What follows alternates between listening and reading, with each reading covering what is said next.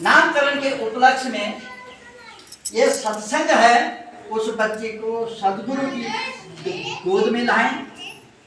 कण कण में है ज्योति तेरी, पात पात पर तेरा नाम, यत्र तत्र सर्वत्र दिशा में देख रहा हूँ तुझको राह, सुगंधी तू है।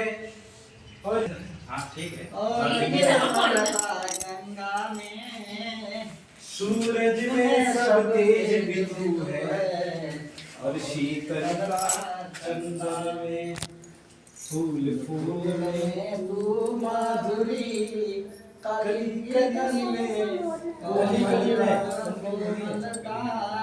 शुद्ध बुद्ध में चेतना तू है, तू कला तू तूने दी है अपनी बोली अपनावे, एक तू ही निरंकार, मैं तेरी शरणा, मैं निवक्स लो। सतगुरु माता सुदीक्षा सर्वविंदर हरदेव जी महाराज की जय। हे सतगुरु, हे निरंकार, आपके आशीर्वाद से दास को समझने दीजिए। आज दास अपनी मानता है और सारे साथ संगत जी के सही चरणों में मत्था टेक के धन्यवाद करता है। ये विनती करता है कि हे आप भी आशीर्वाद देना है कि सबके घर में हर जन में ये परम सत्ता का ये आशीर्वाद पहुँचता है, पहुँचता रहे। साथ संगत जी प्यार से कहिए धन्यवाद जी। और दास पे आशीर्वाद देना कि दास तो इस काबिल नहीं है कि आप जी को कुछ सुना सकूं। दास तो आप जी से सीखने के लिए आया है। आप तो 3 लोग के मालिक हैं। यहाँ पे जितने भी संत महापुरुष बैठे हैं, ये सारे 33 कोटि देवी देवता बैठे हैं। फर्क इतना पड़ता है कि जब तक हम अपना अनुभव नहीं करते कि मैं कौन हूँ, कृपा करो। ये अटल सत्ता है, ये निर्गुण निरंकार, सारी सृष्टि इससे ही उत्पन्न होती है और अंततः इसी में विलीन हो जाती है। कृपा करो। हमें जिसने भेजा है, ये त्रिलोकी नारायण हम सबके अंग संग रहता है। आज से 5000 वर्ष पहले श्री तुलसीदास जी ने अपने लेख में लिखा है कि निकटो है सुधे नहीं, धीरक धीरक ऐसी जिन, और तुलसी इस संसार को भयोमुखी आदमी। ये परमात्मा सबके अंग संग है, हर कण में है, हर घट में विद्यमान है। लेकिन हम कभी कहाँ करते हैं कि इसको ढूंढते नहीं हैं, इसको समझते नहीं। और कृपा करो कि हम इस जीवन की जो हमारी शुरुआत है, और शुरुआत कैसी होती है, कहते हैं आए हो इस जहां में, क्या काम था तुम्हारा, और ठहरोगे किस जगह जब लौटोगे दोबारा। और सत्संगत जी, जीवन में इस परमात्मा ने हमको ये जीवन दिया, जीवन दिया, इसकी कोई फीस नहीं ली हमसे। हमें बचपन दिया, जवानी दी, बुढ़ापा दिया, इसकी कोई कीमत नहीं है। इस कारण हमने इसकी वैल्यू नहीं समझी। और कृपा करो, जैसे कि हम कहीं बाजार से कोई शॉपिंग करते हैं, या कोई किताब खरीदते हैं, या अपने लिए कोई कपड़ा खरीदते हैं, दुकानदार से मोल भाव करते हैं।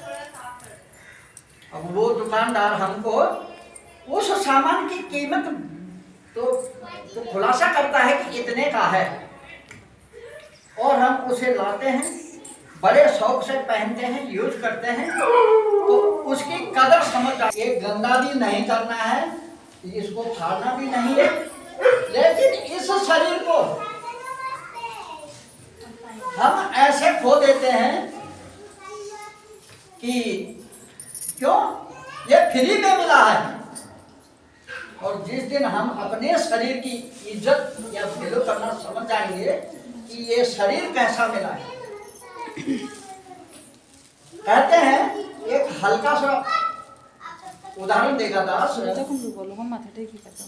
कि हम जैसे हम में से बहुत से भाई जो नशा करते हैं उनके आदी होते हैं, जबकि प्रत्येक तो नशे वाली चीज पे ये लिखा होता है कि ये हानिकारक है, हम उसको खरीद करके यूज करते हैं, पता है कि इस शरीर के लिए हानिकारक। और प्यारी शासन, हम सबसे पहले इस शरीर को समझें कि ये नशा हमारे शरीर को ले जाएगा।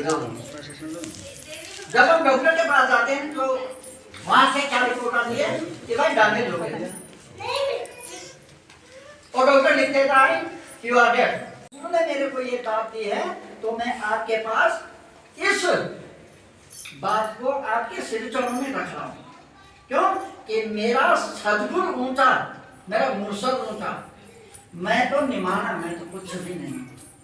और जिस दिन मन के ये भाव बन जाते हैं कि मैं कुछ नहीं हूं, उस दिन इस शरीर, इस जीवन की तो मर्यादा शुरू हो जाती है। क्या से कहना है। और के पर एक बार की बात दास को याद आई, तो रामायण की बात है। रामायण में अभी तक ये नहीं समझ पाए कि मैं यहाँ आया क्यों हूँ। जिस दिन इंसान ये समझ जाएगा कि मैं यहाँ आया क्यों हूँ, तो उस दिन सारा जीवन का लेखा जोखा खुला हो जाता। जिंदगी के सफर में 3 मोड़ आते हैं, 3 पेज आते हैं जीवन के। 2 पेजों में तो साफ लिखा है, जो कि परमात्मा ने लिख दिया वो सत्य है। पहला क्या है? पैदा होना। लास्ट क्या है? चले जाना। ये सत्य है, ये अटल सत्य है, इसको कोई रोक नहीं सकता। न तो पैदा होने को कोई रोक सकता है और न जाने को कोई रोक सकता है। इंसान के लिए क्या है कि जो बीच वाला चैप्टर है हमारा, उसमें भाई तू लिख। मालिक ने कहा इस बीच वाले चैप्टर में तूने लिखना है, अब तू जैसा लिख पाए। क्या बोल रहा हूँ? ज्ञानवान जितने भाई बंद बैठे हैं उनको तो पता है कि हमें क्या लिखना है कि तू ही निरंकार, मैं तेरी शरणा और मैं हूँ। ये ज्ञानवालों का लिखना है। जिनको ज्ञान की समझ नहीं, वो क्या लिखते हैं? मैं मकान दे दूंगा, मैं दुकान खरीदूंगा, मैं गाड़ी लूंगा, मैं बंगला लूंगा। सब जोड़ता है। जिंदगी के सफर में दौड़ता है आदमी, 2 रोटी 2 लंगोटी और 3 गज कच्ची जमीन जोड़ता है आदमी, और दौड़ते ही दौड़ते चले जाता है। क्या हाथ आया? महल आया, मकान साथ आया, गाड़ी साथ जाती है। जोड़ना था। अब इसमें क्या फर्क है, समझाने वाली बात है। दास तो कुछ भी नहीं जानता, आपका आशीर्वाद में कह रहा है। जैसे किसी बहन की सगाई हो जाती है और उस बहन ने अपने पति को नहीं देखा, और उस बहन के पास कोई तीसरा आदमी आकर के बोल रहा है, मेरा पति इतना स्मार्ट है या इतना पैसे वाला है, तेरा पति तो ऐसा दिखता है कि राजा सा दिखता है कि बहुत भला बोलता है, भला आदमी है। बहन के मन में क्या अभिलाषा होती है कि मैं कब मिलूंगी, जब इतना बढ़िया है तो कब मिलूंगी। और जब तक मिलते नहीं तो ये अभिलाषा मन को चंचल बना के रखती है। और जिस दिन पति मिल जाता है उस दिन सच्चाई सामने आ जाती है। वाह, जैसे सभी कह रहे थे तो वास्तव में सच्चाई है। क्योंकि इसी प्रकार परमात्मा आत्मा का पति है। परमात्मा आत्मा का पति है और ये आत्मा इसे ढूंढती है, लेकिन ये मन नहीं ढूंढने देता। ये संसारिक भोगों में लगा रहता है। हम क्या करते हैं, ये जनमानस योनि क्या करती है, मंदिरों में ढूंढ रही है, मस्जिदों में ढूंढ रही है, जंगलों में ढूंढ रही है। कैसे इंसान घर बदल देता है, शहर बदल देता है, देश बदल देता है, देश बदल देता है, बोली बदल देता है, लेकिन वाले इंसान अपने आप को नहीं बदल सकता। जिस दिन इंसान अपने आप को बदल देता है उस दिन ये जन्नत सामने आया। सभी संसारिक भाव में कहते हैं कि हम भी पूजा करते हैं, पता ही नहीं पूजा किस। अगर भी छेद किया जाए तो क्या कहते हैं उसको, पू प्लस जा। पू का मतलब होता है पूर्ण और जा का मतलब होता है ठहरना। जा का मतलब होता है जानना। जो पूर्ण को जानता है वो पूजा करता है।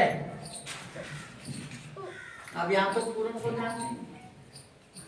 जानने के लिए कोई खुश भी नहीं है। हम क्या ढूंढते हैं, मंदिर में जाना है। मंदिर में क्या है, एक मूर्ति। थोड़ी सी बात खोले का दास, पत्थर पूजने से अगर परमात्मा मिलते तो पहाड़ को क्यों न पूजा जाए, बड़ा भी तो है, तो नहीं मिलता। मूर्ति में परमात्मा है लेकिन मूर्ति परमात्मा नहीं है।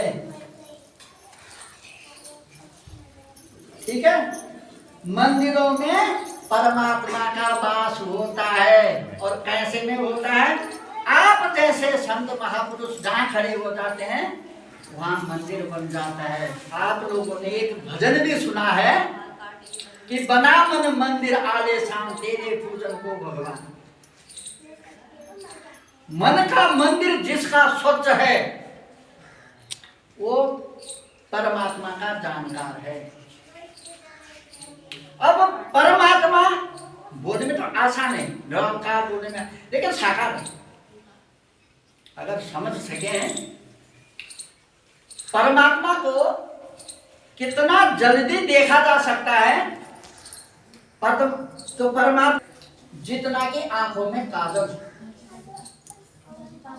लेकिन अगर किसी भाई को पूछा जाए कि भाई आपने देखा है, क्या बोलते हैं संसारी भाव में, भगवान जी दिखे, परमात्मा दिखता नहीं, अदृश्य है। लेकिन दास का ये कहना है कि परमात्मा दिखता है और मैं देखता हूं। इसके लिए ज्ञान चक्षु की आवश्यकता होती है। अब इसको कैसे मतलब सामने लाए दास, पांडवों का 7 अक्षौणी सेना एक तरफ थी, 11 अक्षौणी सेना एक तरफ थी कुरुक्षेत्र में।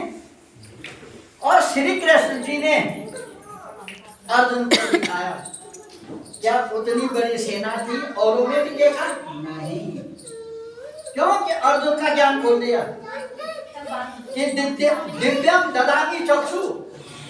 हे अर्जुन, मैं तेरे को दिव्य नेत्र देता हूं और देख मैं ये हूं। अब ये ज्ञान खोलने का अलग अलग मंत्र होता है। मंत्र तो एक है हमारा, लेकिन खोलने का ढंग अलग होता है। जैसे श्री कृष्ण जी ने मुंह खोल के ज्ञान दिया। जब श्री कृष्ण जी कुरुक्षेत्र में तो अपना मुंह खोलते हैं ना, 3 लोक लोखंड मुंह के अंदर जागना कहते हैं। जिसके लिए हम यहाँ आए थे उसको जाने, उसके लिए जागना कहते हैं। जाने के लेटे हुए थे, नींद आ रही थे, जाग रहा। कहते हैं मृतक है वो नानका प्रीत नहीं भगवान। जिसको अपने परमात्मा से प्यार नहीं है वो मरा हुआ है जीते जी। सीता जी ने कहा था जब वनगमन हो रहा था तो श्री रामचंद्र जी ने विनती की कि हे जानकी, हम तो जंगल जाएंगे और तुम तो कोमल हो, तुम जंगल में क्या करोगे, तुम यहाँ पे रहो, राज सिंहासन पे रहो, आराम से रहो, 14 साल के बाद में आ जाऊंगा। तो जानकी माता कहती है, क्या कहती है? सीता माता की कहती है कि जब जीव आत्मा चल देती, देह में रहती जान कहाँ, ऐसे ही समझो प्राणनाथ, जब प्राणनाथ नहीं तो प्राण कहाँ। प्यार से कहना धन्यवाद जी। सीता माता का स्नेह था अपने परमेश्वर से, पति से। जिस भाई को अपने बाप से प्यार नहीं है वो किसी को प्यार नहीं कर सकता। जिस भाई को अपनी घरवाले से प्यार नहीं है वो किसी से प्यार नहीं कर सकता, प्यार कर नहीं सकता।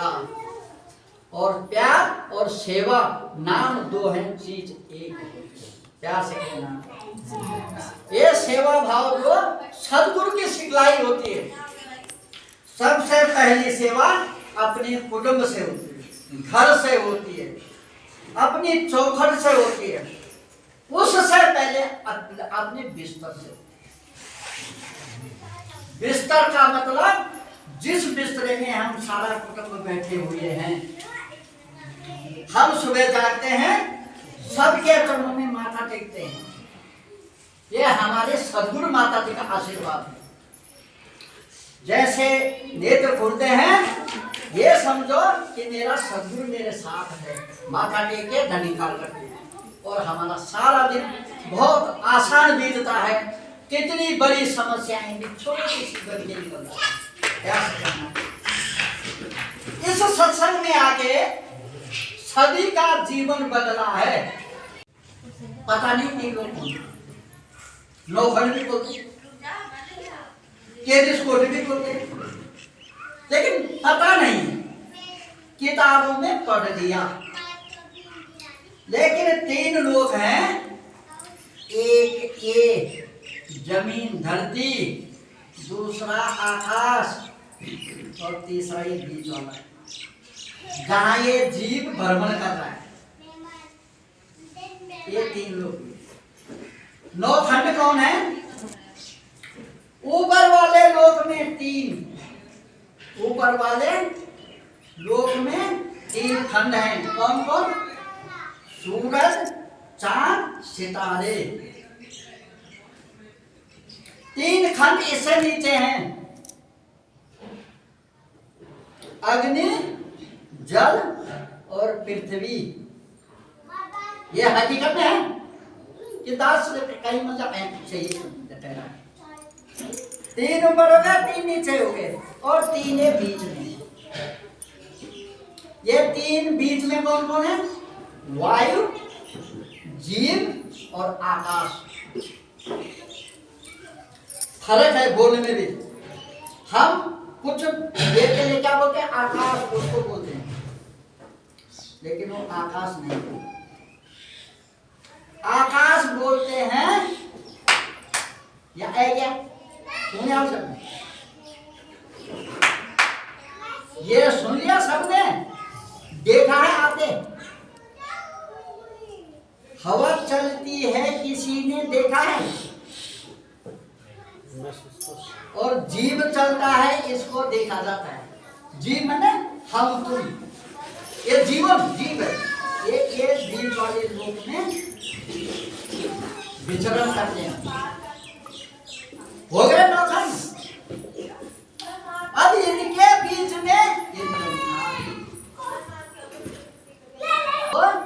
चला रहा है। हम बोलते हैं कहाँ ढूंढे, मतलब कई बार आता है कि वो को कहाँ ढूंढे रे बंदे, मैं तो तेरे पास रहे। अब ये हमारे पास है लेकिन हमारे पास वो नेत्र नहीं है कि जो हम देख पाए। इसको गुरु बोलता है, दिखाई दे।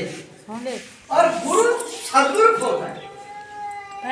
एक तो हम इस गुरु के होता है जिसने हमको ये जीवन दिया है।